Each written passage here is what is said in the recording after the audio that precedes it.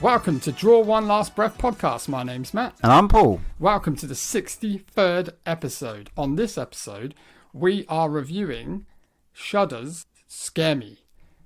Also, something to scream about is our review of the rundown of the FrightFest movies that we'll be showing soon.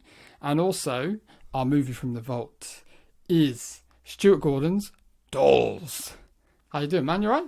Is it dolls or bowls? No, that's rubbish. Dolls. Dolls. Is it dolls? Dolls or dolls? Or dolls. That's what I should have said. Duds or dolls. We'll find out later. Dolls or dolls? Something like You will find out later. that. Alright, dude. How you been? Yeah, good, man. Good. What you been up to? What you've been watching this week? I heard that you've been getting through a few things. I have. I've taken up this new Letterboxd It's not new, mate. It's been around a while, mate. It's new to you. It's new to me. I don't really know what I'm fucking doing. Technophobe. But, you know, if anyone wants to follow me, I am Butcher DOLB. Oh, look at him plugging himself, eh? Hey, if you want to follow me. Do you write reviews on there as well? Oh, well, small reviews. Just at the one moment. word reviews. Shit. Amazing. Gash. My subtle reviews would definitely be on there. But yeah, I've watched a lot. Yeah. A lot in the It last is couple Halloween, of weeks. mate, soon, so, you know, October. 'Tis the season to be...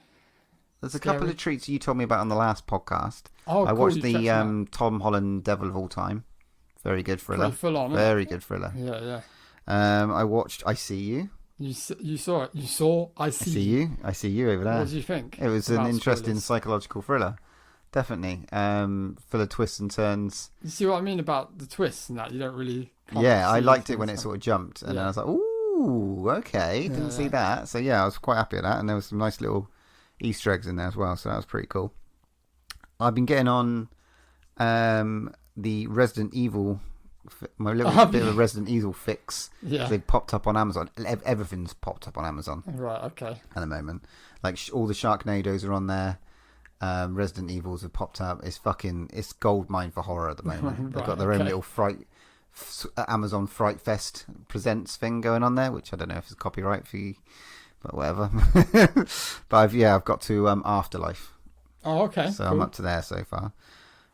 Also, I don't know how far you are with it, but I got through all of The Haunting of Bly Manor. Yes, same here. Have you finished it? I have, yeah. Okay, what do you think? I really liked it. I mean, I don't want to obviously spoil it for people listening out there. I really liked it. I think it's a bit different to Haunting of Hill House. Yeah, I'd agree with that. In a kind of good way. I did feel there were some episodes that kind of dragged a little bit. It felt like it was kind of like, oh, when is this going to end? It's almost like they wanted to squeeze. I think how many episodes is it? Is it Like 9, isn't it? Is it 9? 9 or 10. God, I thought it was more than that. I think it's 10. It feels like they just wanted to fill the kind of like, you know, fill the episodes with stuff, and they just wanted to make it that long. Yeah, but all in all, I really liked it. Like the little things here and there that kind of made you freak out and stuff. But yeah, It wasn't as outright scary and wasn't as eerie, but there was some real treats in terms of the way it was shot, the locations, all the good stuff, the cinematography. The shit he's good at, yeah. The shit he's good at is fucking quality, and the story was beautiful. But dodgy accents. Yeah, dodgy accents, but it wasn't as terrifying. No. As the first people one. People have been saying it's scarier than Haunting of Hill House. I didn't find it. I didn't either. I just thought it was a nice, really subtle sort of haunting story, really clever. Yeah, and that's what I got from it. That's it, isn't it? It's a ghost story, and it's got other beats around it, which is cool. But I think there was just like more kind of like it was more of a story with this one. Like it divulged into it a bit more. But yeah, overall I really liked it, and it's definitely worth a watch. People are like saying, "Oh, I don't know if I'll bother," because people are giving it bad reviews.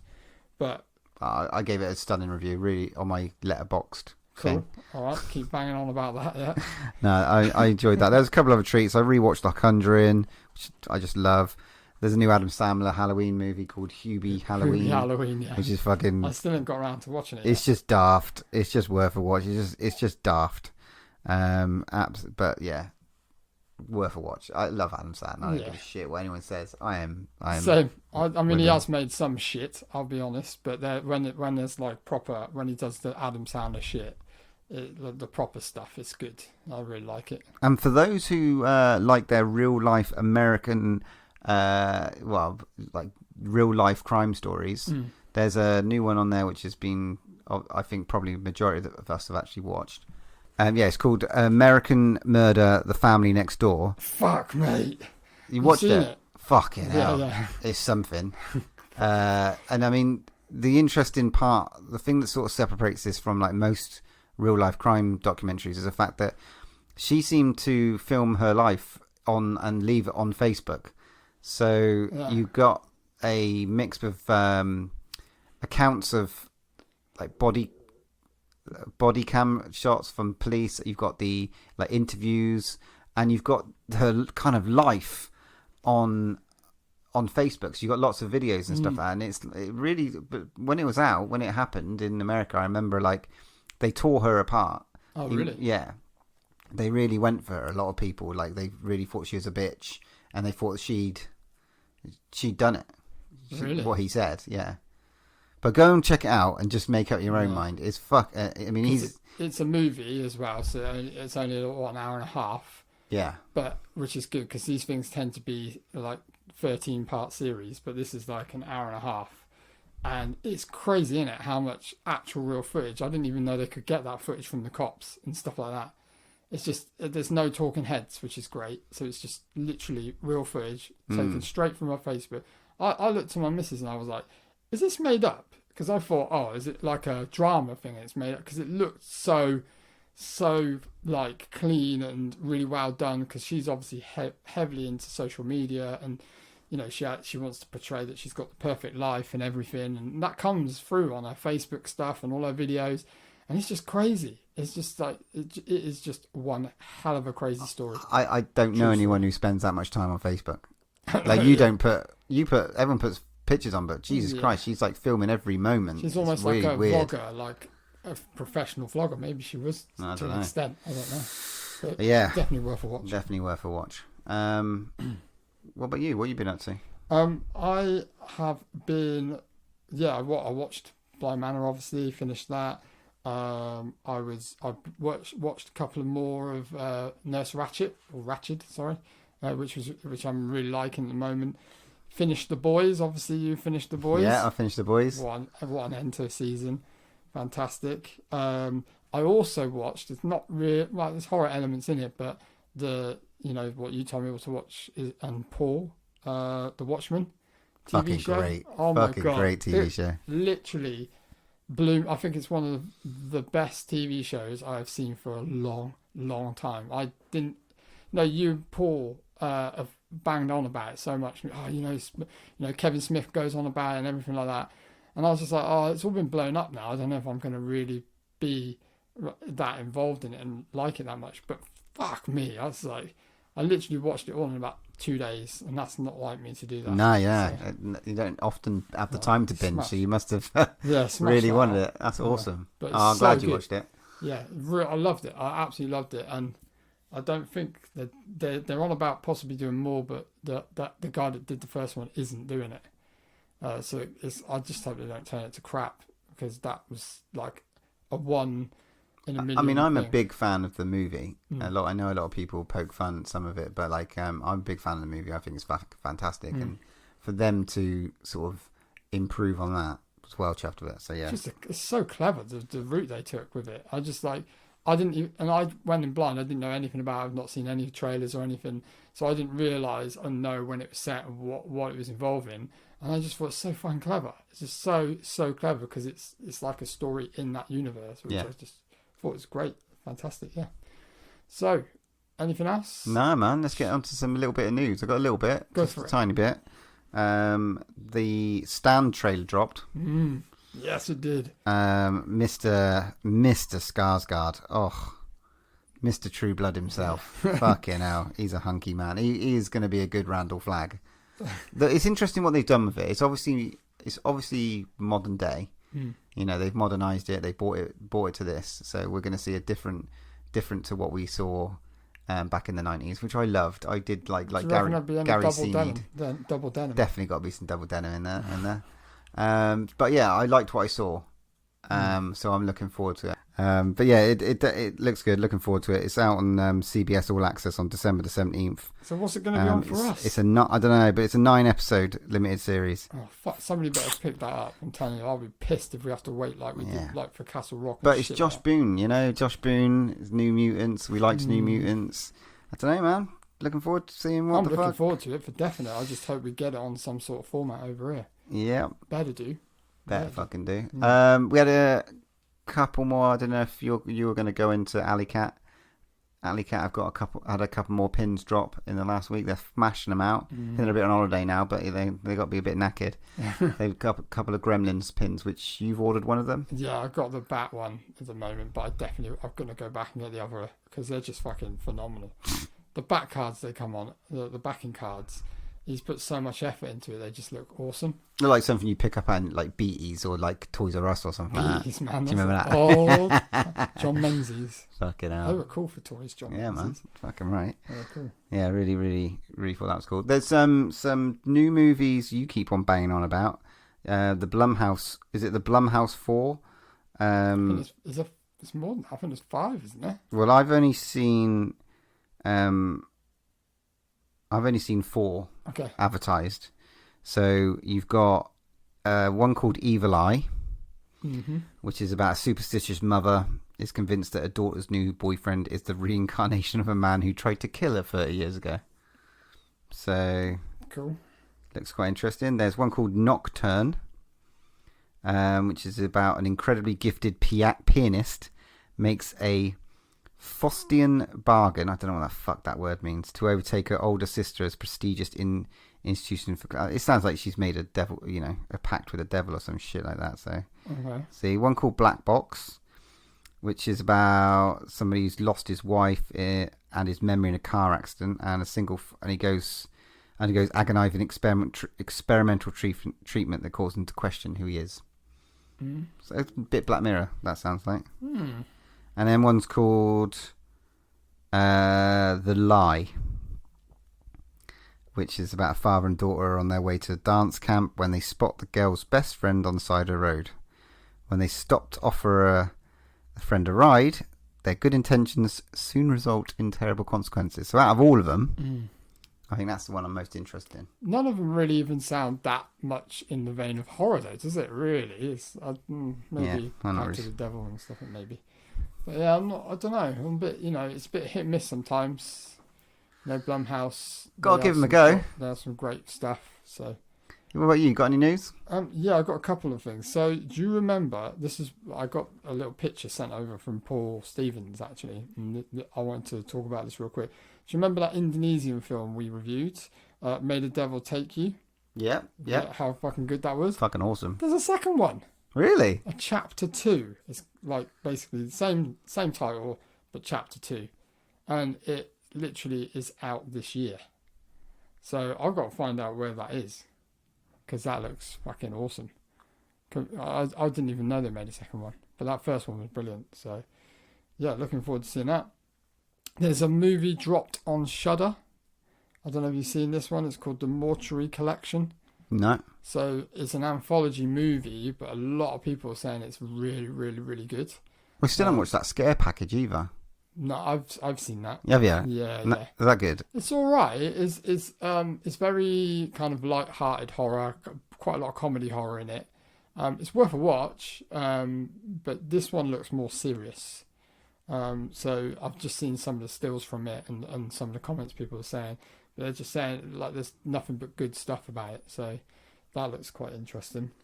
And the last bit of news I've got is, have you seen they are doing a new Mad Max movie? Fuck no. Yeah, so they're doing another Mad Max movie, but it's going to focus on Furiosa's kind of backstory before kind of Fury Road. But so far, they've got Anya Taylor-Joy playing Furiosa, which is interesting. Chris Hemsworth. Chris Hemsworth. That's what that fucking thing was in the week then. I couldn't work out what the hell they were on about. Yeah, so it sounds cool, man. I'm well up for more Mad Max. I fucking loved Fury Road. So. And we do love a bit and of... I love the originals. We love a bit of Anna Taylor-Joy, yeah. Anna Taylor-Joy. So that I can't wait to see. So that's some good news. Is Mr. Miller attached? Yes, apparently, yeah. Okay. Apparently so. Cool. I'm well up for that then. Fucking bring it on. Fingers crossed. Right. Without further ado, let's get into our main review. Hi. Hi. So what are you running from? Running. Well, this place looks, haunted. I'm writing. Oh, really? Me too. So what are you working on? It's kind of a revenge story about werewolves. You written anything that I've read, or? I just wrote a book called, Venus. You wrote Venus. You're a best-selling author. I'm so sorry. This road is actually only for best-selling authors, so I might kick you out. You're not so great. Huh.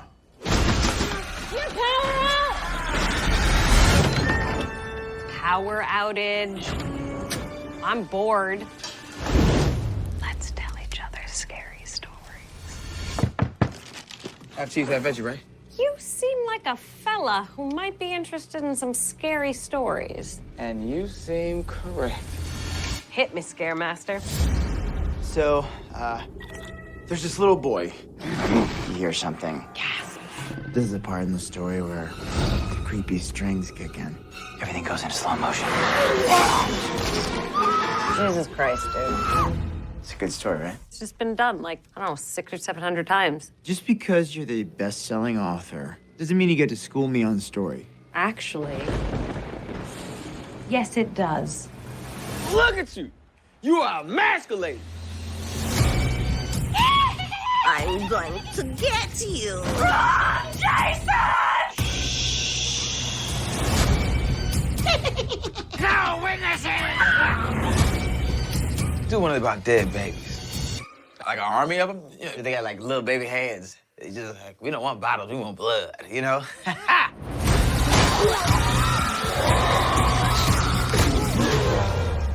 Fred, what are you doing with that poker? Is part of the story?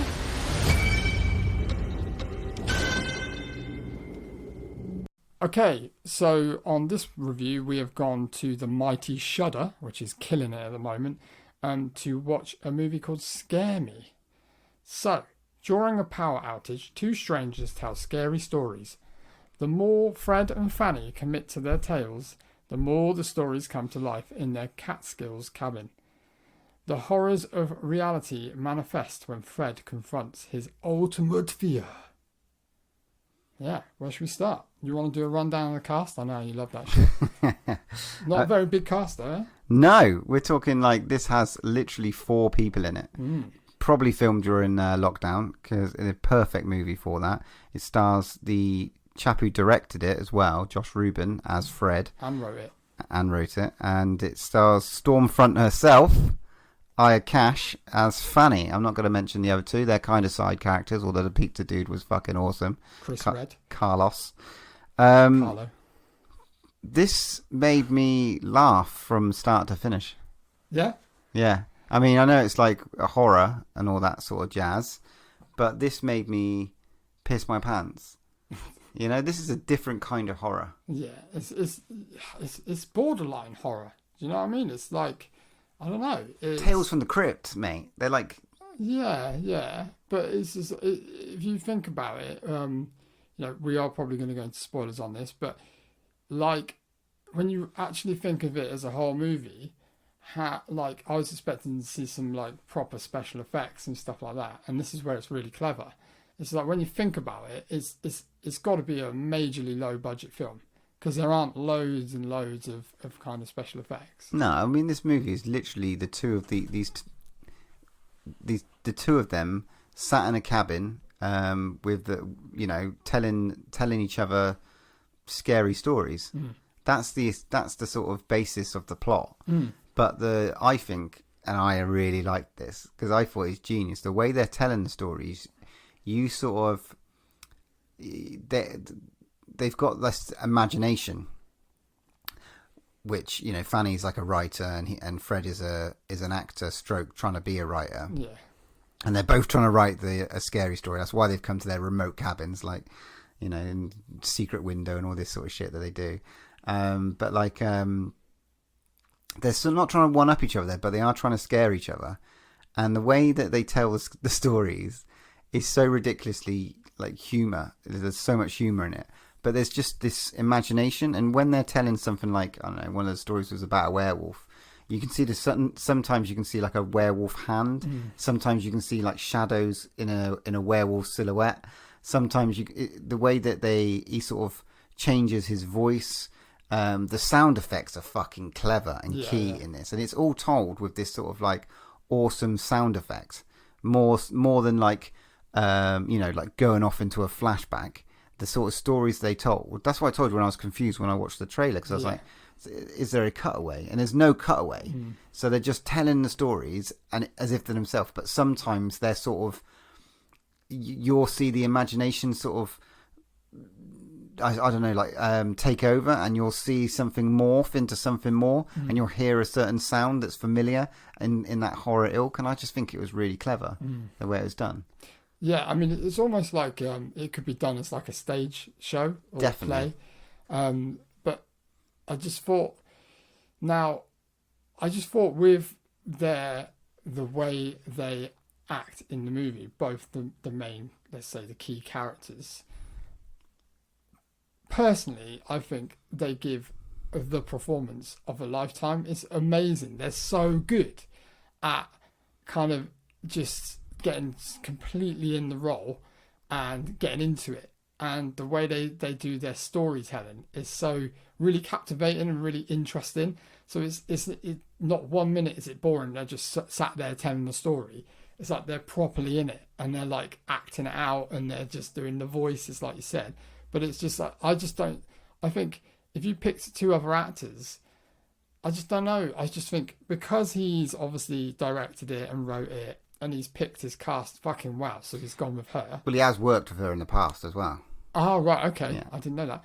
But fucking hell, it's like, it's brilliant. It's just like, and it literally got, you can see why, I don't know, obviously if this was before or after, but like Stormfront is Stormfront, because it's like, she's literally, not exactly the same, but the quirkiness of her in this is amazing. I've got a massive man crush on her. Man crush? Girl crush? I don't know, whatever it is. But she's fucking awesome. I think she's brilliant. She's so good. And she, obviously she's been in The Boys, but whatever she does next, I reckon it's going to be massive. Like, she's just such a good actor. And I love the way it's shot, like you said. It's one of my favourite ones. It's the one where they're telling the story about the kind of goblin guy. Like, it's just fucking hilarious. It's just brilliant the way he gets down on his knees and he's doing the odd actions and stuff. He's like, and then she'll give him some direction as well, like during it. And then so what happens if he'd be like telling a story? It's like, goblin, I don't know, Todd. Tell me more. Yeah, and she's more. like, details. And it's like she comes off and then she like criticise him as she's going through. But like the way Matt says, their rapport is fucking fantastic. So the way they work off each other. It's just so she like gives it. He's like, yeah, and it's just two people like sort of chatting and acting, really acting it out, and it's fucking phenomenal. Of the actual stories. Do you know what it reminded me of a lot of? Is Spaced.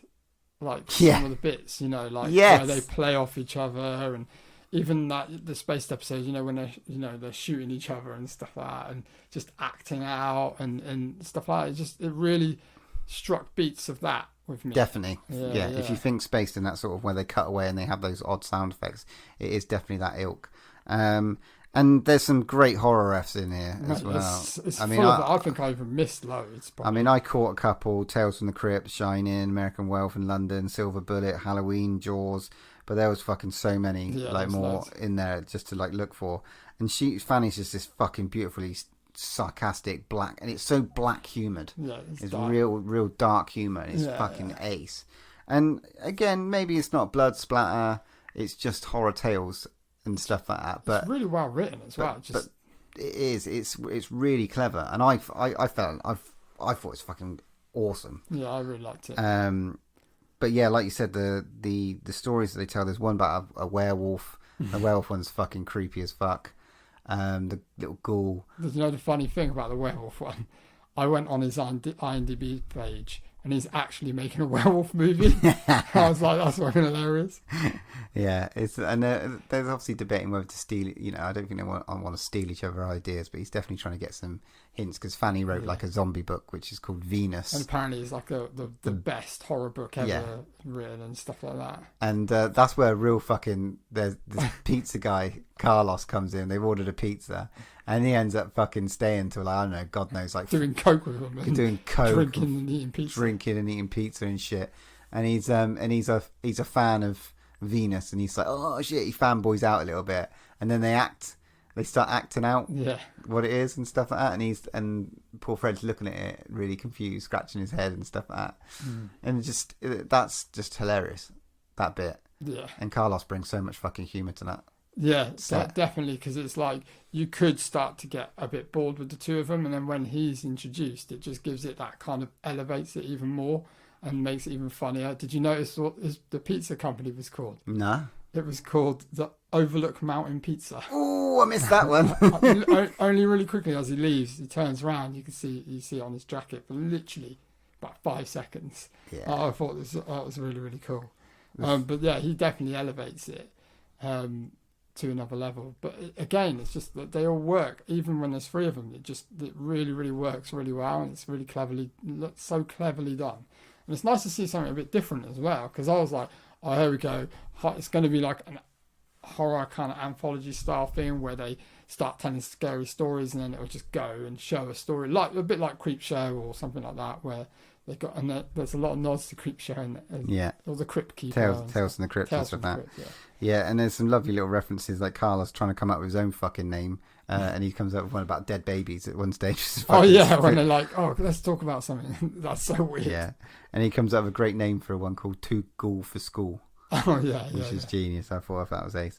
She Tells a great one about a possessed song devil, which is just absolutely fantastic. Cool. Yeah, I really like that. That was cleverly done as well. Yeah, it's sort of like you think X Factor, but you've sold your soul to the devil, and to win the competition. But then there's a fucking dark fucking twist in it. A vomit induced in twist, which is fucking great. There's a story about Fred's girlfriend and stuff like that all through it as well. He's obviously been hurt. Kind of a weird kind of like thing through it is like you don't know if he's a bit trodden down, and he's had a bad relationship. He mentions that he's kind of like she's got a restraining order on him and stuff like that. And you go, oh, that's a bit weird. And that's where I think the kind of like the kind of twisty horror element comes into it a bit. You're kind of like, what's he all about? Yeah, and then you got reality versus these stories where they've been telling all night and they've been fucking knackered, and then suddenly he's got her book in his hand, and then we got a little bit of a twist ending. So all through it though, if you think about it, it kind of, some of the things he mentions, if you were to rewatch it, it kind of makes you think actually that I don't think she's meaning to. She's trying to help him out by, give me details, do that. But be better than yourself. Be better than the other person. Do something about it. And he sees it as being belittled and totally kind of told what to do. And he is kind of, what is it called? Not emancipated, but emasculated. Totally. And that was a joke in the film, by the way. And you can see why. And he's kind of took it the wrong way, but he's obviously a bit. Yeah. And then the last sort of scene is very interesting. You don't know if it's like real or not real, so that's kind of cool. But this is one to go and watch. Absolutely. And it's so fucking fun. I mean, it is a horror tale, and it's scary stories are what we tell each other, and you could get so much from this to do with your mates, especially about the fact that we're all in if foreboding, we've got a lockdown around the corner, maybe, I don't know what the fuck's going on, but like if something, you've got this real funny element that you could easily take home to your mates and do. There's a real takeaway from it. So it's so much fun. I would really recommend everyone, if they've got Shudder, to watch this movie. I think they will as well, because it's a Shudder exclusive, isn't it? It's a Shudder, so that's really, really cool. Smashing it. later on. You're absolutely smashing it. The host. Oh shit! I forgot to say as well. Guess what's dropped on there? These Final Hours. Oh yes, I saw that finally, and it's on there. So if you've got fucking Shudder, go and get a box of tissues. Not like that, but well, maybe.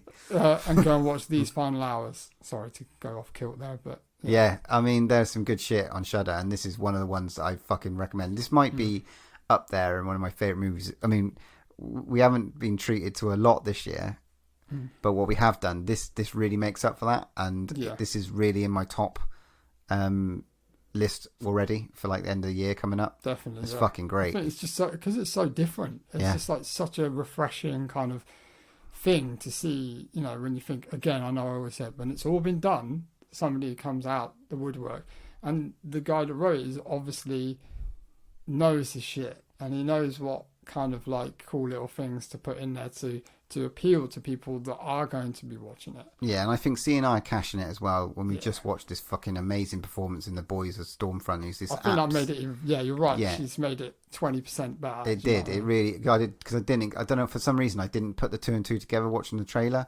and I didn't obviously research the fucking who was in it. I didn't even know that though. I've seen the trailer, but she is kind of.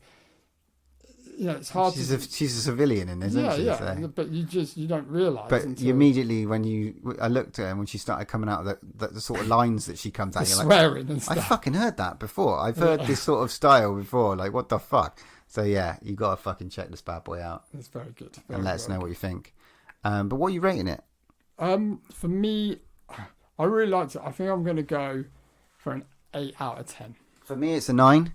It's fucking up there as one of my favourite ones of the year. It's just fucking so original.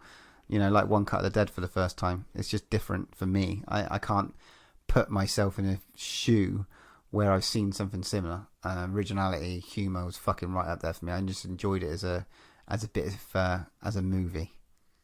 Yeah, fucking loved it. But on that note, we haven't got anything for next week or next episode because it's going to be our FrightFest special. It damn right is. So we'll be having lots of movies next time. We will. Talking of FrightFest, we're going to do our little something to scream about now. We are indeed. This episode, something to scream about, is going to be all based. We got lucky this year. I mean, obviously we lockdown. They did a digital FrightFest in August to kind of like compensate the fact that we couldn't go to Leicester Square, and then they were going to move it to October the 23rd, I think it is, or it's like next weekend. But unfortunately, the state of things haven't really improved. So they've gone and done another digital FrightFest for everyone. Me and Matt have spunked our spendoolies and we're going to watch fucking 5 days of horror movies for you guys and review the fuck out of them. Try to, anyway. Yeah. But now we're going to go through what they've got on offer. Basically, we'll do exactly what we did last time. We're going to go and tell you what's on, and what there's still time to go and order that ticket. There is. It's a good price as well for how many films there is. £66.66, and you'll be watching. There'll be about £5 a movie by the time you. It depends how much time. And obviously, if you've got a good friend that you can split the difference with, it's even cheaper. Yes. So get on it. Right then. So we're going to start off on the Wednesday. With a movie called Held. So this is the first movie. Opening film. It's a world premiere. Emma and Henry's marriage is losing its spark. In an effort to reconnect on their 9th anniversary, they vacation to a remote luxury rental, complete with automated smart house features and integrated security. After suspecting a nighttime intruder, however, they decide to flee, only become forcibly trapped inside by an all-encompassing technology.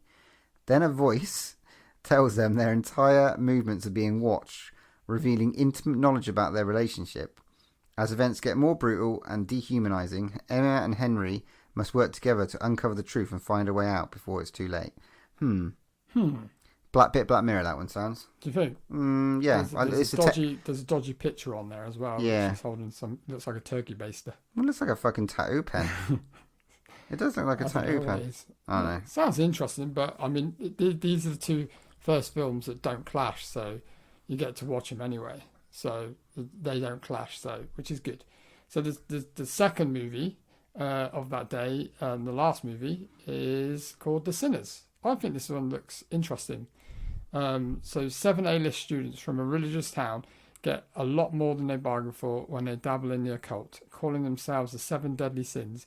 One of them confesses to wrongdoings to the local pastor, and the stakes get raised. Suddenly, fun games and sexy attic rituals. Ooh, sounds right, Rusty. Cause one of them to end up dead.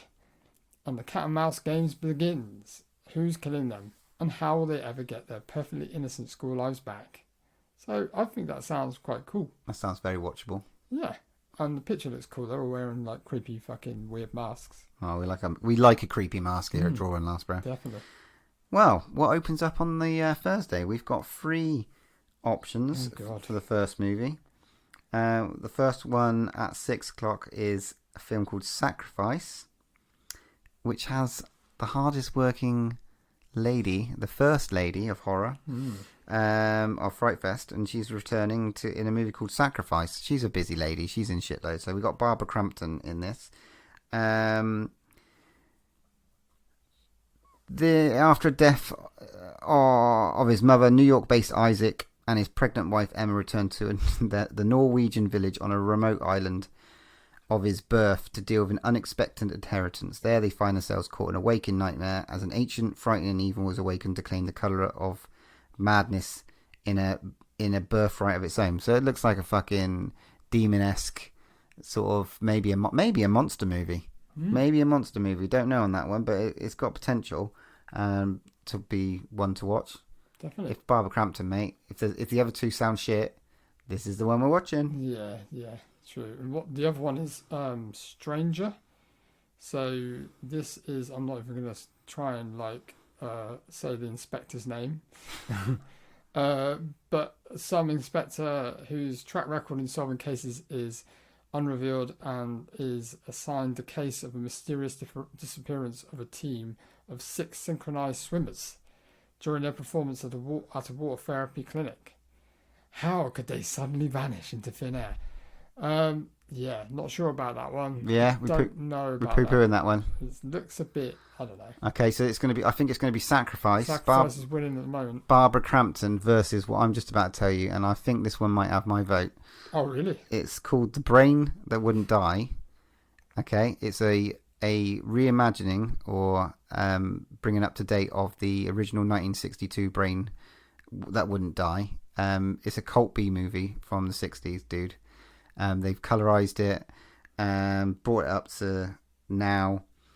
Its hunt for a new body continues in full color this time, as the cheeky new version takes account of its forward-thinking social issues, from gender equality to bodily autonomy to sexual repression, and gives them a fresh coat of silly camp paint. If that doesn't sound fucking fun. It does, but I just think as well it could be on the kind of arty side, so it could be like full on art. But I don't know. I might be looking into that exactly. But yeah, I don't know. It could be good. Yeah, I'm down with that. So you might have a fight between Sacrifice and The Brain That Wouldn't Die. Well, it's on you, mate. All right, fucking bastard. He always says that. So then we come to The Clash again, which is we've got 3 movies in the 9 o'clock-ish slot. So the first one is Dangerous to Know. So this is a world premiere on the Zabi Discovery screen. So best known for his award-winning speculative sci-fi series Posthuman, joined director David Simpson on an epic journey employing the Zeigarnik, is that how you spell it? Say it? Affect a psychological consequence that continually resets the viewer's attention span by giving their minds new mysteries to ponder. A troubled young woman recovers a suicide attempt and in a secluded cabin, but when a series of unexplained, terrifying incidents occur, she realizes someone or something has a far darker future planned for her. Not sure about that one. Okay, the next one looks maybe a bit more up our street. I like the title for it. It's called The Banishing. And you know who it's done by. Well, it's done by Mr. Chris Smith. So, yes. Obviously, we've had a lot of cool shit from this director. Creep, Severance, Black Death, Triangle, and Detour, to name a few. Awesome. Fucking mate, Severance. And Creep. Well, Severance is fucking quality. Yeah, it is, but Triangle was good as well. And you recommended Creep. Creep's great. So this is a pre-World War II horror about the most haunted house in England. Reverend Linus, his scandal-riven new wife Marianne, and her daughter moved into a manor with a terrifying secret. When a vengeful spirit haunts the little girl and threatens to tear the family apart, they're forced to confront their beliefs and turn to black magic by seeking the help of famous occultist Harry Price, or risk losing their daughter. Sounds good, that. Haunted house movie. Yeah. Bit poltergeist, maybe. Possibly. That's what I'm thinking in. Possibly, yeah. And then we've got the 9:30 slot, which is the one last clash. It's simply called Dead, and it's a UK premiere. A laugh-out-loud comedy, a buddy murder mystery with ghosts, marbles, and a hapless stoner. A hapless stoner that can see dead people thanks to the homemade drug. Officer Tag, a recently deceased wannabe super cop, is on the trail of a serial killer. So when Marble's mum plans to sell the family farm, and the only way of buying it is taking the money offered by Tag in exchange for his help. Marbles accepts. Oh, it's interesting. Do you know what? It just looks interesting. Do you know why? Do you know what country it's from? I know. I just had a look. Yeah, it's from New Zealand, and they do some good shit, man. And I bet it's one of those kind of sleepers that comes out and everybody goes, "Oh my god, did you see Dead? It's fucking hilarious, and it's this and it's that." This versus Chris Smith, though, this is a problem. Yeah, that's. We've already got a problem. Exactly, it's an issue. But okay, yeah. Dead. That's pretty much Dead versus the Banishers. Yeah, I think so. That's going to be a difficult decision. Okay, well that's Thursday night. Now brings us to our first movie of Friday. A movie called Don't Look Back. And it's from the creator of Final Destination franchise, Jeffrey Reddick. This is a thriller, new take on a supernatural karma and its horrifying, horrific consequences. Caitlin Kramer is a young woman trying to overcome her traumatic past. Walking through the park one day, she sees a man brutally assaulted. But instead of becoming a good Samaritan like her, no one intervenes to stop the attack. Instead, they all start filming the shocking event with their smartphones. Recording every bloody detail. You know, does that sound familiar? Soon, the uncaring witnesses find themselves targeted by someone or something out for revenge. Can Caitlin avoid her inevitable fate? Interesting. That's a bit of a social context. Could be forced down your throat, but we don't know. Oh, naughty. Yeah. Next one we've got is on the Horror Channel screen is The Returned. Again, UK premiere. It's an Argentinian film. So it's from a writer-director that has been at FrightFest before with a thriller. But she returns with her most astonishing and shocking horror to date. A period drama unlike any other in the place of South America. And the time is 1919. The indigenous people of the Guarani tribe has either been exterminated or reduced to servitude. So I'm not sure about this one. It might not be our kind of thing. 1919, you know, pretty full on. Not sure about that one, mate. I mean, I'm not even going to go into this is going to be a hard one for us, you know, the early doors. So these movies, there's a Japanese horror for the next one, which Japanese horror might be okay. It's called, I just don't like the title, Women of the Photographs. I mean, it doesn't sound fucking very good, and I don't really want to read out the synopsis, to be honest. It just sounded like a load of shit. So I don't think that one's going to be on my list to go and watch. It'll probably be like the best film of the festival now. I just can't bring myself to even read it. It just sounded boring to me. So I'm sorry, I'm not going to read you that one. That's cool. So we go on to the 3 o'clock slots. So the first one of that is The Pale Door. I like the sound of this, if I'm honest. The legendary Dalton gang battles a coven of bloodthirsty witches in a hybrid western horror with gunfights and gore. After a gang leader, Duncan reluctantly recruits a straight-arrow young brother, Jake, to participate in the next great train robbery. He's seriously wounded when the heist goes sideways. So, I don't know. That looks quite cool. 18 rating as well. Looks like it could be a gory one. I am very up for that one. This next one's got a funny fucking picture. It's called, and it's got a great name called Breeders. So why would you not want to go and watch a film called Breeder? Sorry, Breeder. Breeder or Breeders? Don't know. Breeder or Breeders? Breeder or Breeders. We don't know yet. But as a renowned health supplement company run by a ruthless businesswoman is selecting and abducting young women as part of an experiment biohacking babies' DNA to enable her clients to reverse the aging process. When Mia goes to investigate, she finds herself trapped, branded, and tortured in a grim underground facility. Familiar faces start to appear, and she realizes she is not alone in this. Can she somehow find inner strength and escape a nightmare? Interesting. I think The Pale Door might be winning. Yeah, but the next film on that slot, I've heard a lot about this, and I've seen it rammed down my throat on Facebook quite a lot. I don't know about you. So this is called Tailgate. So a Dutch duel with a furious bite. Apparently Hans is a self-confident cocksure man who decides to visit his parents on the other side of the country with his wife and his 2 young daughters along for the ride. The road trip goes well until a road-raging traffic fight with a weird van driver causes a major family upset. I'm not sure about this one. I don't know. I'm not sure about this one. I'm not sure. I don't know about you. But, yeah. You know, in the likes of Duel, Jeepers Creepers, Just sounds like car chase sort of thing. Car chasey kind Wolf of cat Creek and mouse maybe. thing. Don't know. Yeah. Could be good though. It could be good. Could this be. one versus, I think this one versus The Pale Door for me. I think Pale Door is winning that one just slightly. I like the sound of that. Okay, so the next one is a clear winner in my opinion, but this is going to be a hard choice between the next 3 movies. It is. The first one is The Owners, and it's got the 7th Doctor Who Sylvester McCoy and swinging 60s icon Rita Tushingham take on Maisie Williams, Arya Stark in Game of Thrones. She's having a phenomenal time at the moment. She is spouting them out. Fucking 2 weeks to die, or 2 weeks notice or something like that she's in. It's fucking great on Sky Atlantic. In the home invasion horror adapted from the graphic novel.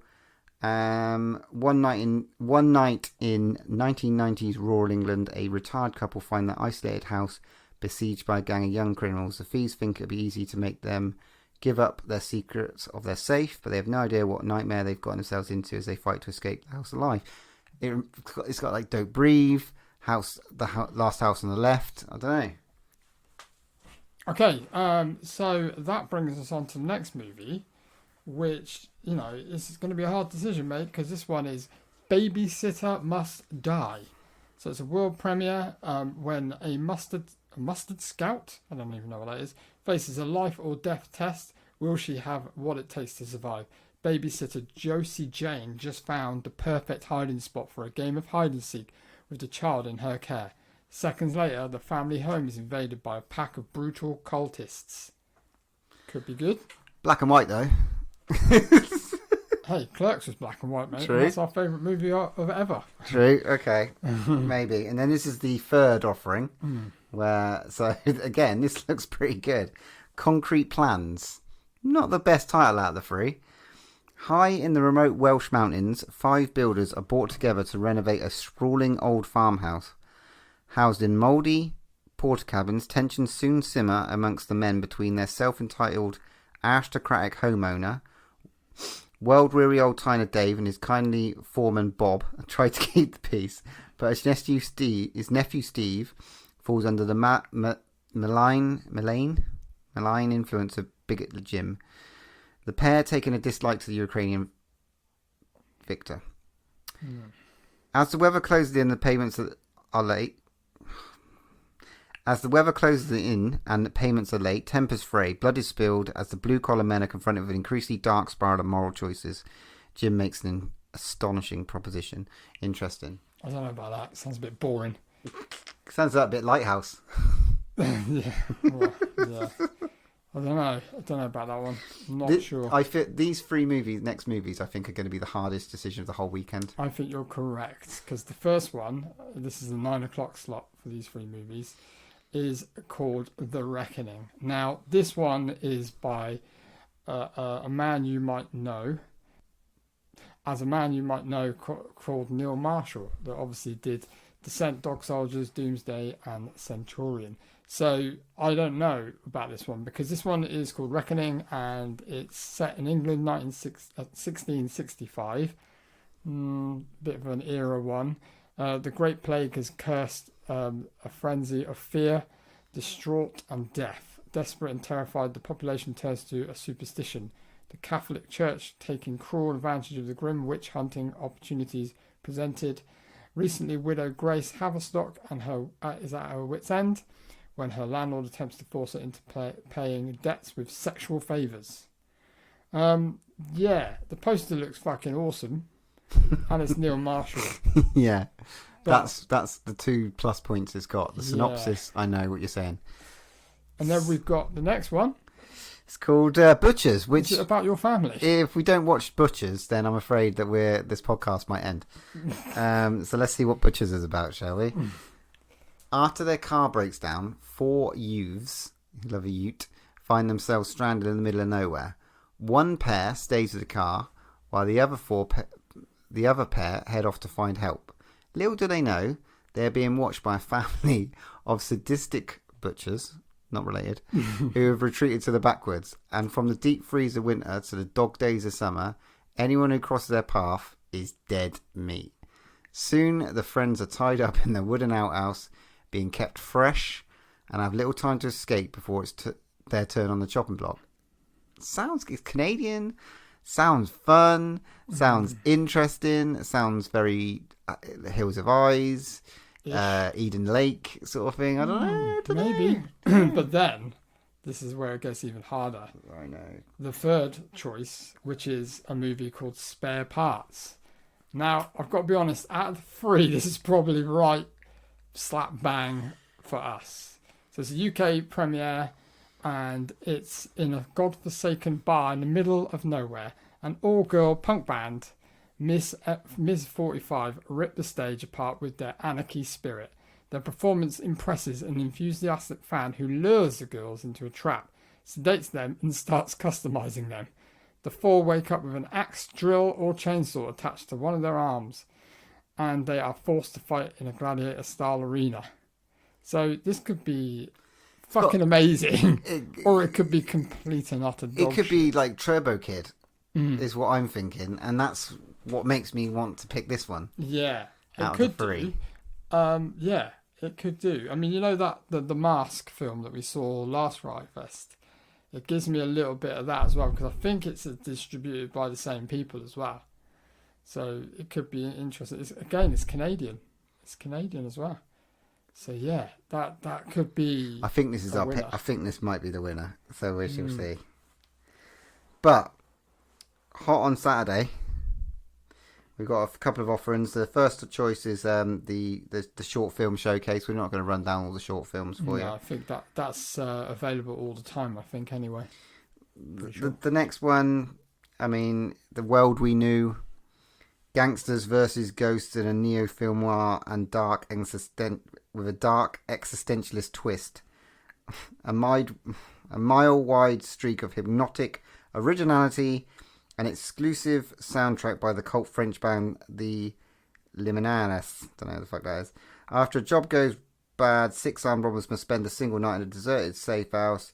But during their stay, their past come back to haunt them, and men find themselves fighting for their lives and their sanity. What is real, and what is a product of their tormented minds? And is it guilt or ghosts that will finally push them over the edge? The poster looks shit, is my problem with this one. I don't know. I don't know. But then there's a film called Heckle, starring Steve Guttenberg. Motherfucker, you serious? Yeah. So Joe Johnston, at the top of his stand-up comic game, decides to share a Halloween weekend away with a group of friends. They decide to go on a theme, a 1980s retro party, and jokishly suggest that if they get drunk and high and behave badly enough, hopefully they'll attract their own psycho killer. The joke is suddenly very much on them, though, as they turn and reach their grisly demise at the hands of the heckler, an uninvited guest out to turn the nostalgic horror movie fantasy into a terrifying reality before delivering an unforgettable punchline. The fucking goop, man. Exactly. Unbelievable. And it's going to be like life imitating art, like 80s and all that shit, and it's just that could be a really good watch. I think that's an Could easy be really good pick, fun. isn't it, for that Mm. section? Mm. For the Sake of Vicious is the next one. And this is the 2:00 slot. Yeah. Canadian. Again, there are lots of Canadian horror. Smashing it out, yeah, the Canadians. It's Halloween night, and Nurse Romania just wants to relax after a hard day. Who Suddenly, doesn't? yeah. Suddenly, all hell breaks loose when desperate Chris breaks in, demanding angry justice for wrongdoing from the past. The crazed intruder is owed a debt of blood and wants a mystery confession from his hostage. Then, just as suddenly, a band of masked mercenaries invade the house, causing even more mayhem. New alliances will be tested as the occupants struggle to survive a night marked by death. Loaded with guts and gore, here's the eye-grazing splatter rollercoaster head-on collision to leave you begging for more. 81 minutes. Ooh, that sounds good. It could be. And then, clashing with that is the Alien on Stage. I don't know if many people have heard this, but it's basically a school in America. Was it America? I think it was made. I don't know. UK, is it? I don't know. It's UK, isn't it? Oh, is it UK? I didn't know that. Okay. So they basically did a stage version of Alien, which was like, well documented in the news and stuff. And they've actually filmed it. So you read about it in the news. Now live the story of the Dorset bus drivers whose amateur dramatics group created a serious stage adaptation of the sci-fi horror classic Alien. Despite finding ingenious solutions to pay homemade homage, the show was a crushing flop. But fate suddenly had them whisked from their village hall to a London theatre to perform their accidental comedy masterpiece for one night only.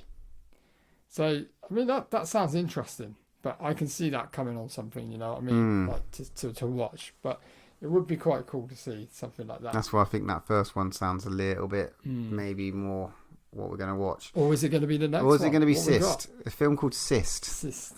Sounds very sort of Cronenberg, but we'll see. Say hello to director Tyler Russell, who is about to make all 60s monster movies fanatics zipper-suited and lousy special effects dreams come true. It's the early 1960s, and a small-town doctor invents a machine that uses laser technology to remove skin abnormalities. He pulls out all the stops to make sure his final chance to get the patent on his Get Gone appliance goes smoothly, but his nurse thinks the contraption is dangerous and not ready. The struggle between the two causes the apparatus to malfunction, creating a giant cyst monster that goes on a bloody rampage. I mean, fuck me, I'm sold. I know, I knew you would be. Oh, It's dude, like- I'm done. That's it fine. sounded a bit shit until the very last line. Dude, done. It's not done. That's decided. Oh god, is it going to be a Paul Butcher special where the one you decide is We're terrible? and I going to have to sit sit down through it? and fight this out at some point. You know, in the next we've got it because we've got to pick them. Yeah, I'll let you go with that, mate. I'll let you have that one. You can have that. You can have that one. But if it's shit, it's Well, your you can have fault. spare parts then. Hey, don't put that on me, mate. Don't put that on me. And then we've got our kind of 4:00 slot. First one up for that is the UK premiere of Blood Harvest. Folklore horror. I like a bit of folklore horror, to be honest. Bringing with unsettling atmosphere and haunting imagery, writer-director Thomas Robert Lee's dark coming-of-age shocker is the bewitching surprise of the year. Young Audrey Earnshaw and her mother live covertly as occultists on the outskirts of a remote Protestant village.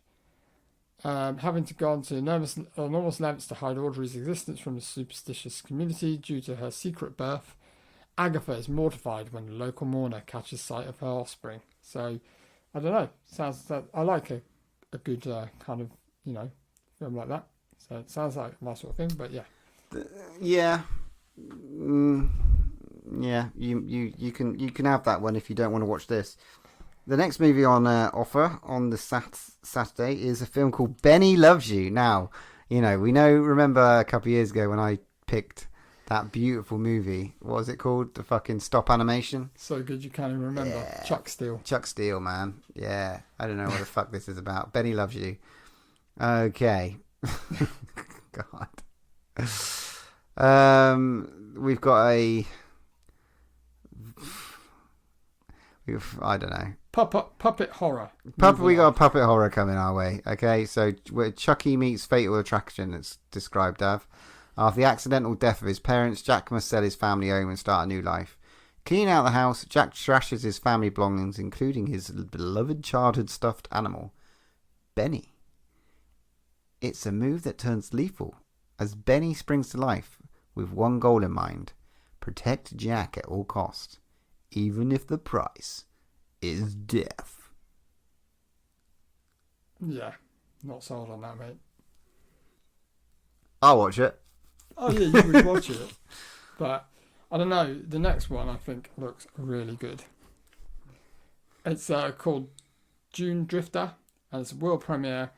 And basically, it's made by Mark Price, the guy that did that movie Colin, the low budget Colin, for 50 quid apparently. Well, he's back with a bigger budget for an ongoing battle for humanity when a group of rookie spacefighter pilots face an armada of unbeatable enemy ships when the trainee pilot and her mortality wounded gunner are shot down. They crash land on a nearby planet, and the enemy craft offers the chance of spare parts to fix her ship.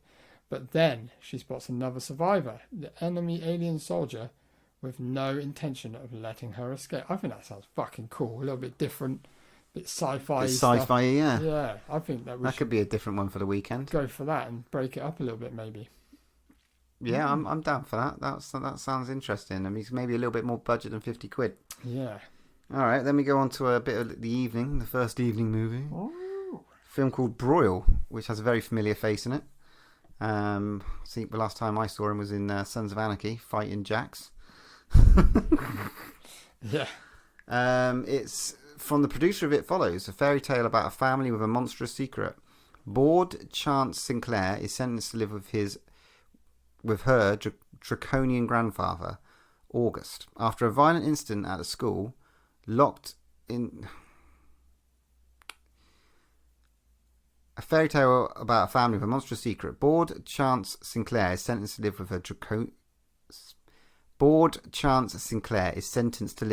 draconian grandfather, August, after a violent incident at school. Locked inside the sprawling Sinclair estate, Charles begins to question the source of her family's immense wealth and power. When a scheming mother hires a troubled chef to poison August, the family's monstrous secrets are revealed over one bloody night. Every soul is up for grabs as game night gets underway, and Chance learns that being part of the family is blood in and blood out proposition.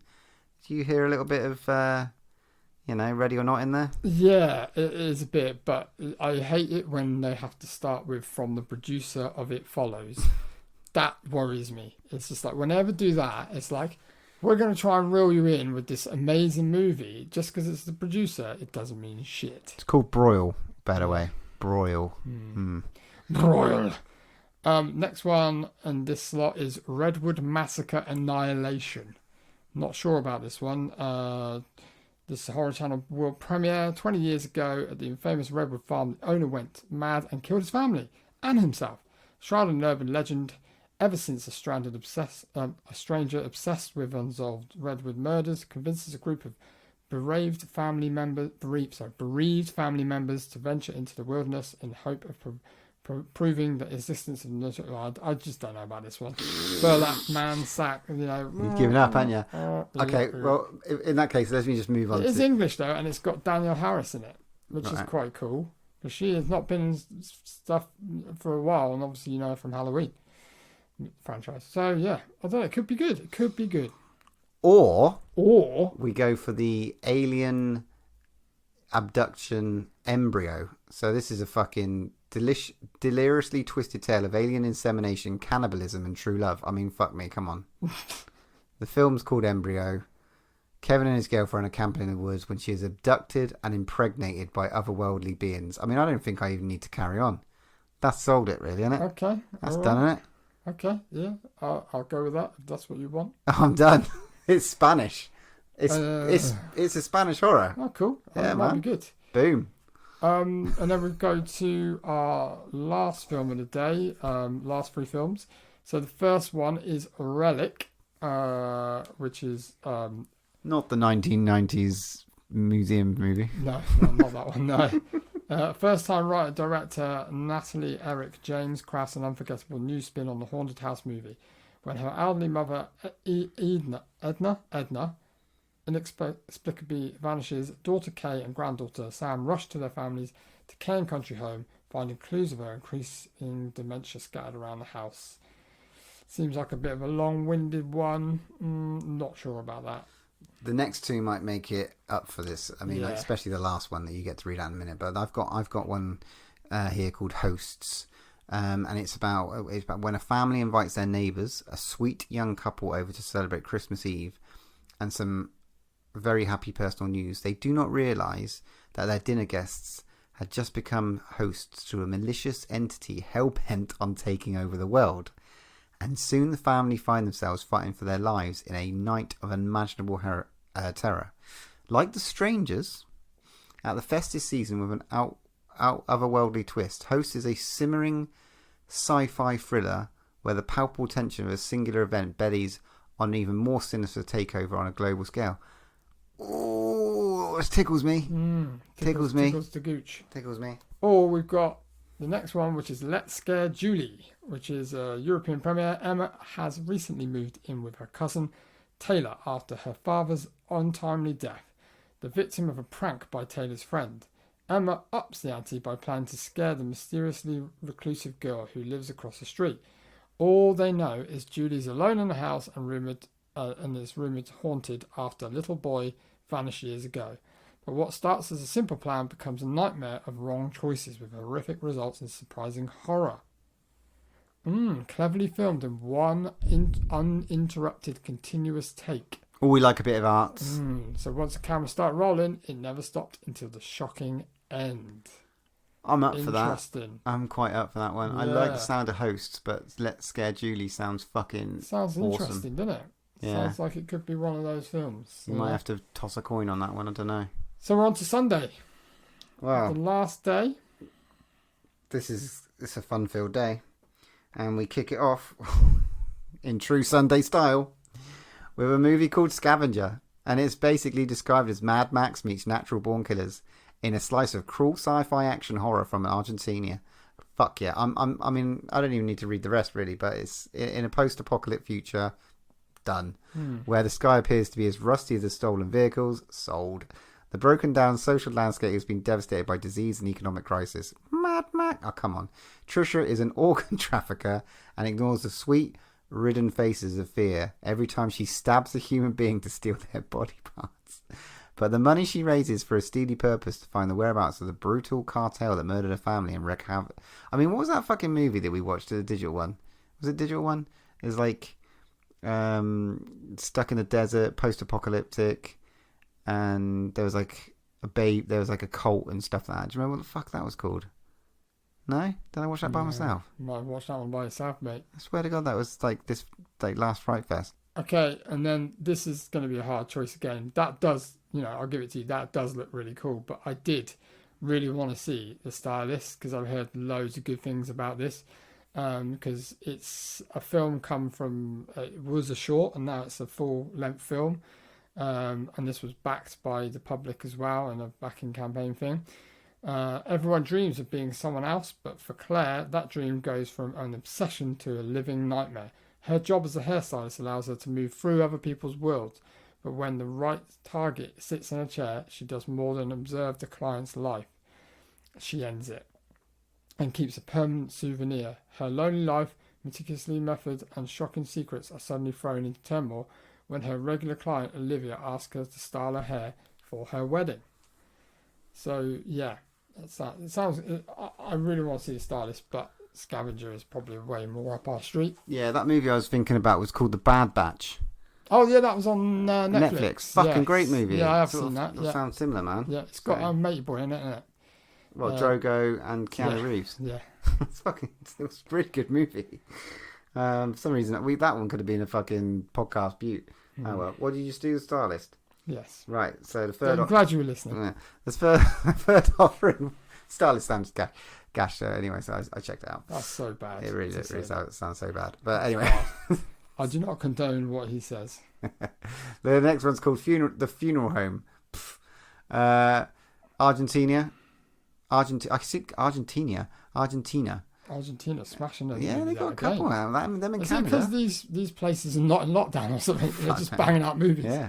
Think you've seen it all when it comes to haunted house and possession movies? Well, think again as you delve into debut director Mauro Ivan Ojeda's harsh and heartbreaking Argentine horror. Bernardo is an undertaker running his mortuary business in the same house where he resides. Up front are his clients. In the back is dysfunctional family, lives among coffins, reefs, and mischievous supernatural entities that visit on a daily basis. They attribute these paranormal manifestations to dead bodies, but finding the real source of all this madness becomes their quest. Even if they find terrifying truths as well. That sounds bonkers. That sounds interesting, but not twisted my nipple as much as Scavenger. Cool. Wow. Then we get onto the 2:00 slots, and the first one I know you want to see this, but I think if we're going to watch Scavenger, then we're going to go from one batshit movie to another batshit movie. What a fucking day! Which is Slacks. I know you're into a lot of shit, mate, but anyway. UK premiere, the on-trend couture horror comedy of the year. At Canadian Cotton Clothiers, the flagship store staff is preparing for Monday Madness, for joining the range of supposedly organic, GMO-free, fair trade, ethically sourced tops and bottoms for the eagerly awaited new line of Super Shaper design jeans. Firmly activated denim that adapts to your body any size. But one pair has been accidentally soaked in a sweatshop blood and wants revenge on their hipster customers, brought to the store by a hot social media influencer, Peyton Jules. Get ready for the tightest fitting bloodbath in horror history, guaranteeing to clean up in every aisle. Sounds fucking insane. I've seen the trailer and it just looks like rubber. It's not going to be like that Aquaslash where there's just like nothing involved until the very end. And I don't think so. It's Killer Jeans, mate. It can't be. That one's on you. Right. What's the next one? I mean, the other option is this Mexican offering. Looks interesting. Origin Unknown, it's called. FrightFest premiered director Roberto Castaneda's KM31 in 2007 before it was acclaimed as the #1 box office Mexican horror of all time. He's back with another stunning, innovative dark action fantasy. When a former drug runner tries to buy his way out of the cartels, he expects trouble, bringing his family into a safe house surrounded by armed guards. A little girl breaches the perimeter. Not long after bringing her in, a group of unknown assailants with near mystical powers come after her, and it quickly seems that an armoured compound filled with soldiers might not be enough. Sounds great. Sounds fun. Sounds fancy, but it's not Killer Jeans. So, moving on. So, only 2 films each time to choose from on this day. Yeah. So yeah, go on. Next one we've got is the 5 p.m. slot. There are 3 films on this 5 p.m. slot. The first one is Honeydew. I think this sounds quite cool, actually. It's been a rough night for Sam and Riley, taking a backwards road trip. First they are kicked off a campsite, then their car breaks down. Looking for help, the couple ring the doorbell of an isolated house owned by Karen, a peculiar older woman who lives with her even stranger son, Gunny. Waiting for someone to arrive to fix their ride, Karen offers them something to eat, and that's when Sam and Riley's night shifts from exasperating to a whole new screaming nightmare. So twisted violence and macabre humour introducing an unforgettable new horror villain. Could be Blind all over again, mate. Can't really wait. Or we've got a film called Caveat. I think it's called Caveat. That's correct, yeah. A stunningly unique feature debut from Damien McCarthy, director of the Fight For Us 2008 short film He Dies at the End. Good title. A lone drifter, Isaac, suffering from partial memory loss, accepts a strange job from his old landlord, Barrett, to look after his niece, Olga. a psychologically troubled woman living in an abandoned house on an isolated island. Okay, when Barrett convinces Isaac to confine his movements to the house with a harness contraption and leaves the two of them alone, a game of cat and mouse ensues, with Isaac fighting to survive amid the terrifying resurgence of his own memory. Interesting little poster there. There's a little mouse with a drum. Yeah, not really sure what to think of that, to be honest. Well, we've got a last choice in 3, which is Lucky, which again sounds pretty cool. UK premiere: Imitation Girl director Natasha Kermani returns with a script by writer-star Bria Grant, and Bria Grant being attached to it, that's good. Creator of 12-Hour Shift, firmly rooted in distressing current issues, comes a potent metaphor for our disturbing times. Luck isn't with self-help author Maya Raya. Lately, her books aren't selling, and when a masked intruder breaks into the house she shares with husband, no one seems to be concerned. Even the condescending investigating cop says she's lucky things she don't go worse. But then they do, as the attacker keeps appearing and continuing to terrorize. House invasion kind of looks like a revengey type movie, maybe. Not sure. I don't know if it's just going to be like one of those all been done before kind of movies, but you never know. Never know. Well, we got to choose what to close this on. I mean, we all know what we're going to close it on. Do we? I mean, okay. Well, I might have an argument here. I feel, but I'm going to win this. Okay, The Nights Before Christmas. I mean, sounds fucking incredible. Sleigh bells ring, are you glistening with blood? When a series of murders in the Yuletide season are found to be linked, FBI Special Agent Natalie Parker is tasked with tracking a pair of psychotic serial killers. But she soon discovers the couples are not only crazy, having met and escaped from an asylum for the criminally insane, but are based their personas on Santa and Mrs. Claus. As Christmas approaches, they slaughter their way through their special naughty list, playing a cat and mouse game with the FBI and leaving a trail of bloody bodies in their wake. I mean, that sounds fucking fun and bonkers. I'm in, but what else is on offer, man? Well, there is the closing film of the festival, is the 3rd instalment of a franchise, and it's called Skyline 3S. Is that right?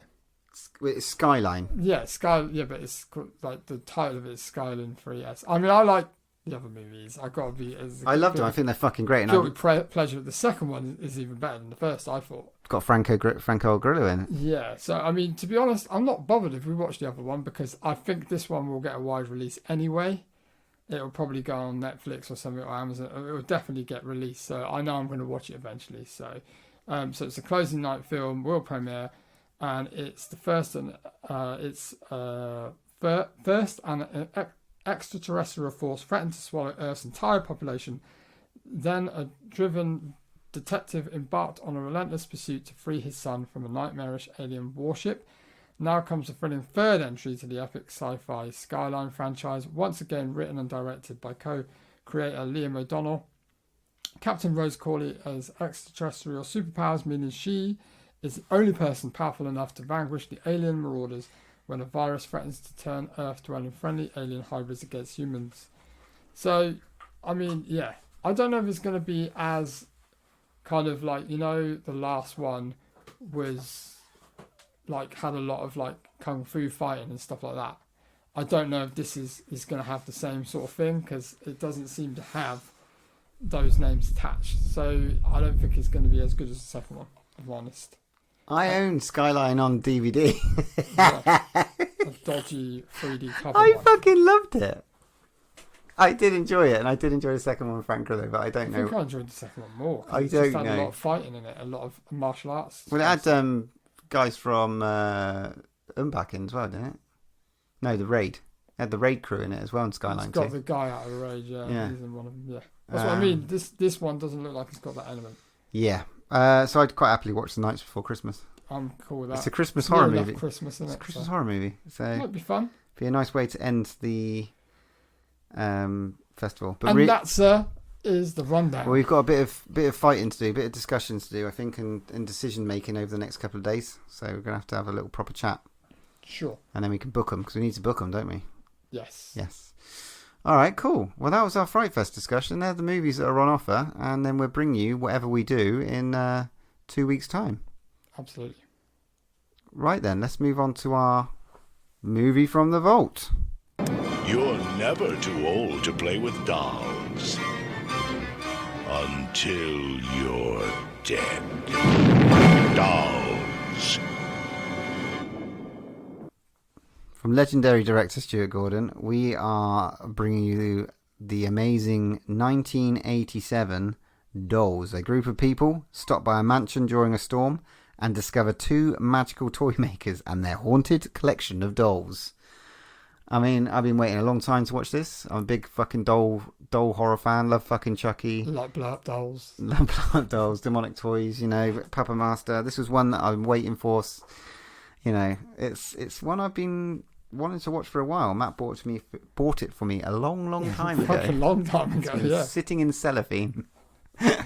And he actually came round to celebrate us getting it out and put it on DVD. And then we watched the movie. And then we watched it. Stars Ian Patrick Williams as David Bauer, Carolyn Purdy Gordon as Rosemary Bauer, and Carrie Lorraine as Judy Bauer. The Bowers. Relatively small cast, which is quite good for today. There's only, you know, the two toy makers, couple of punk girls, and a big kid, really, that are out in it, and apart from the fucking hundreds and hundreds of dolls. Yeah. I think it's important to note the doll effects were done by David Allen, who's got a fucking fistful of visual effects under his belt, including the Howling. So he's got a fucking big CV. So stabby dolls fun. Stabby dolls indeed. Yeah, this is the first. You established this is the first time you watched it, wasn't it? I thought I'd seen it, but I don't know why. But yeah, I hadn't seen it at all. Like, I was surprised because I just, for some reason, I thought I had, but I hadn't. Lots of pin opportunity, John. Yeah, I don't know about that. I don't know, but they're like old classic dolls. You know, they've all got their. You know, there's no like outstanding personality like, you know, you'd get like from Dolly Dearest or like Chucky. So, you know, it's not really franchisable, but you know, the amount they're fucking brilliant little things, and they've got these weird little eyes. It's just fun, isn't it? Yeah, I had fun. It's all right. It's okay. I mean, it's okay. It's you know, I know Stuart Gordon is a freaking legend. I mean, this isn't for me one of his best movies I have seen. You know, it's an interesting movie, and I think again, if I'd seen it when I was a kid, I probably would have been. Again, it would have been one of those movies that I would have been probably freaked out by a bit. Seeing it with fresh eyes now, I enjoyed it, but I think I enjoyed it for different reasons. I think it was just good stabby fun. I think I kept on thinking, how many of these bastards could I take on at one time? Because that seemed to be a common theme. You know, they sort of they're really, really like using the numbers game. There's not like one stalking you. There's fucking loads every which way you go. Yeah. And, you know, the amount of like little nicks and stuff like that you can get, it's phenomenal. One of the punk girls, bless her, she gives them a good old kick in at one stage until the tin soldiers come back at her. Yeah, she has a good go. There's a classic scene in here that when everyone sort of mentions dolls, they mention the whole dream sequence at the start. What did you think about that initial scene? I thought it was quite clever because I thought it was actually real. So I was kind of like, oh, that's kind of cool, like a dream sequence or a daydream sequence, if you will. I thought it was quite cool, and it was quite effective because it was like, oh, cool, they're not going down that road. That's cool. Yeah, I really like that. It was a good visual effect, like from the bear coming through the teddy and then ripping the fucking parents up. The only thing that disappointed me about it was the fact that it was a dream. I think like if his teddy had come alive and ripped his fucking parents up in front of him, I thought that would have been groundbreaking. That would have been awesome. But it was a little daydream. Because after his, I mean, he's got his shit stepmother. He's just a narky cow, isn't she? Well, yeah, the girl, her parents are assholes, aren't they? Really? Yeah, well, it's not her mum, is it? No, it's a stepmom. Or his She's a fucking bitch. Stuart Gordon's... Very nice parents. No, it's not Stuart Gordon's wife, is it? Yeah, I think it was. Yeah, the mum is Stuart Stuart Gordon's wife. Yeah, yeah, she's kind of funny. She plays a good bitch. It's got some weird comedy elements in it as well. Kind of like the kind of guy that picks up the two English punks that we didn't think were English to start with, but they are actually. They're just doing really bad kind of like Cockney accents and stuff like that. But yeah, and then Ralph, the guy that picks him up, is like an American tourist, obviously somewhere like having a look around the English countryside or whatever, which is really weird. And yeah, the way they stumble across. I love the way that everybody just fucking walks in these two people's home. Just, it's raining. They just let themselves in their fucking house.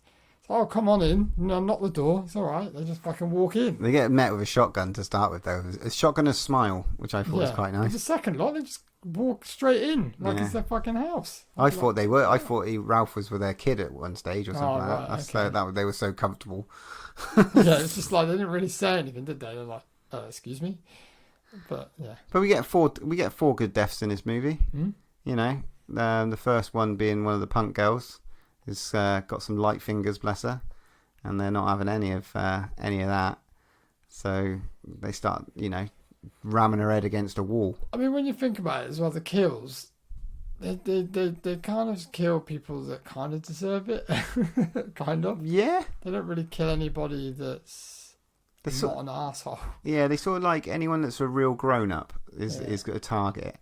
And these girls were... I mean, you felt sorry for the other girl, maybe, because she didn't want to do any of the thieving.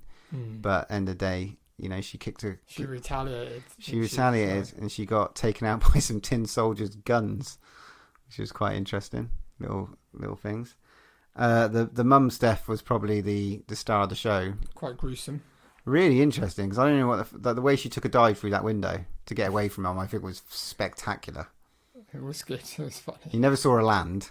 Yeah. But she just took a fucking swan dive through that window. It's absolutely fantastic to watch. Because it's like, she just had nowhere else to go. She's on the second floor. I'm going to fucking dive through that window. That was weird. How many of those dolls do you reckon you could probably kick the shit out of? I don't know. It all depends, doesn't it? What they're tooled up with. Well, they're all pretty scared of tin soldiers if their guns are that fucking hard. But you just charge it. I mean, I reckon I could take a good 20 of them on, just like punching them, kicking them, ripping their heads off and shit. Yeah, I don't know. Maybe. I reckon I could take on an infinite amount of those dolls. I'll tell you one bit I did like. I liked when there's a bit where they're smashing the dolls up. I think it might be. Oh yeah, it's the girl. I think one of the punk girls. When she's smashing them up and they're breaking and they're like little kind of aliens, like ghoulies sort of thing. Yeah, like demons inside or whatever. That was quite effective. I thought it was quite cool. Some of the stop-go animation is a bit, I think, is a little bit comedic. I don't know if that's supposed to be. Maybe I'm missing a point. I don't know, but it was a little bit iffy in places. It just, for me, it doesn't hold up that well. But there are some funny comedic things when the dolls start talking and shit. Yeah, and little Judy holds her own. The kid actor. She's fucking kind of annoying, but in a good way, and really kind of cutesy. But yeah, she's cool with a little toy Judy, with Punch that she keeps on carrying around. Yeah, fucking comes to life and starts fighting the dad. That's a great scene. It's so fucking. It's weird. So bad, but it's so good. And then he ends up getting turned into Judy. What did you think of that? Interesting. That was a good bit of animation. Like he's wearing his pajamas. That was quite cool. That was really cool. Yeah, and he's sort of trapped in the doll, isn't he? And has to stay with the old couple. I would have liked to have seen more from the couple. They're like kind of special. They're kind of they kind of stayed out of the light. And like there's kind of a funny bit when they accuse his wife of being a witch, and it's quite funny because she's like, "Oh, how did you know?"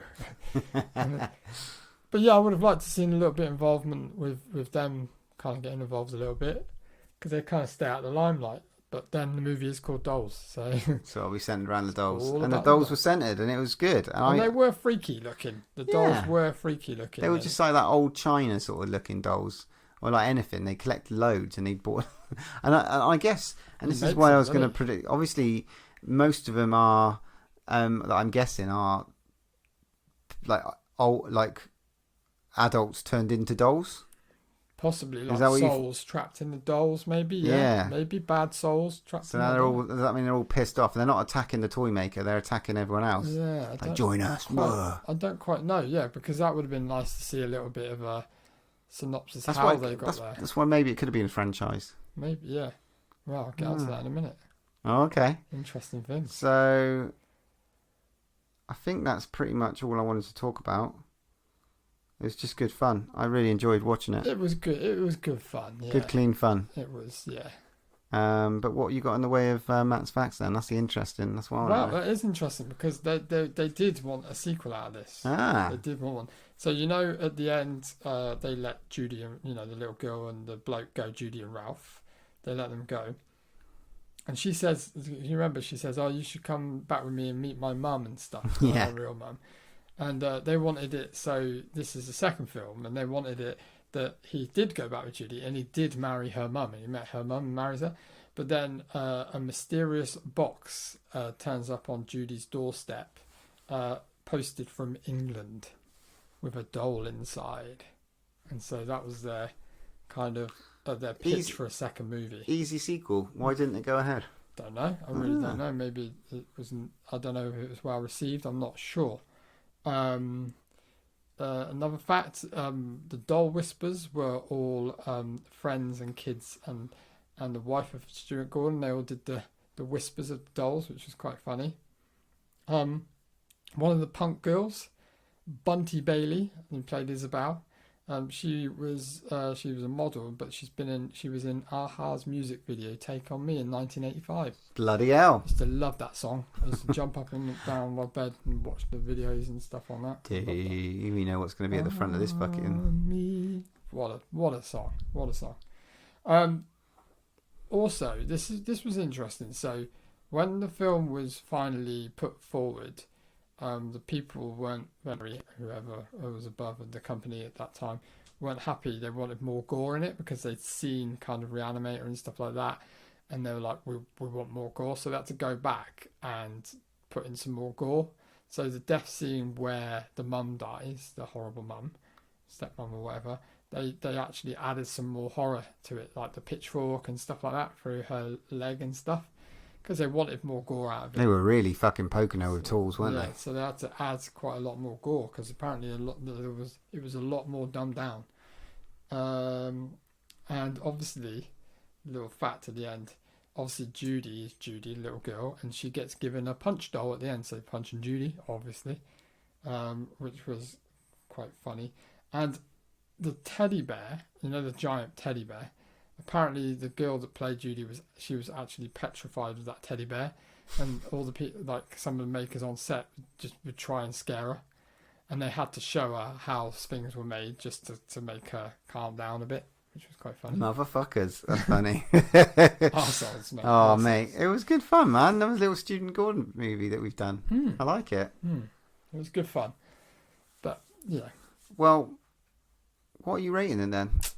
I don't know. I'm going to let you go fast because I think you're going to rate it a lot higher. No, I think for me it's got to be a 7. It's like a mid road. Yeah, I think 7's fair. I'd go slightly lower.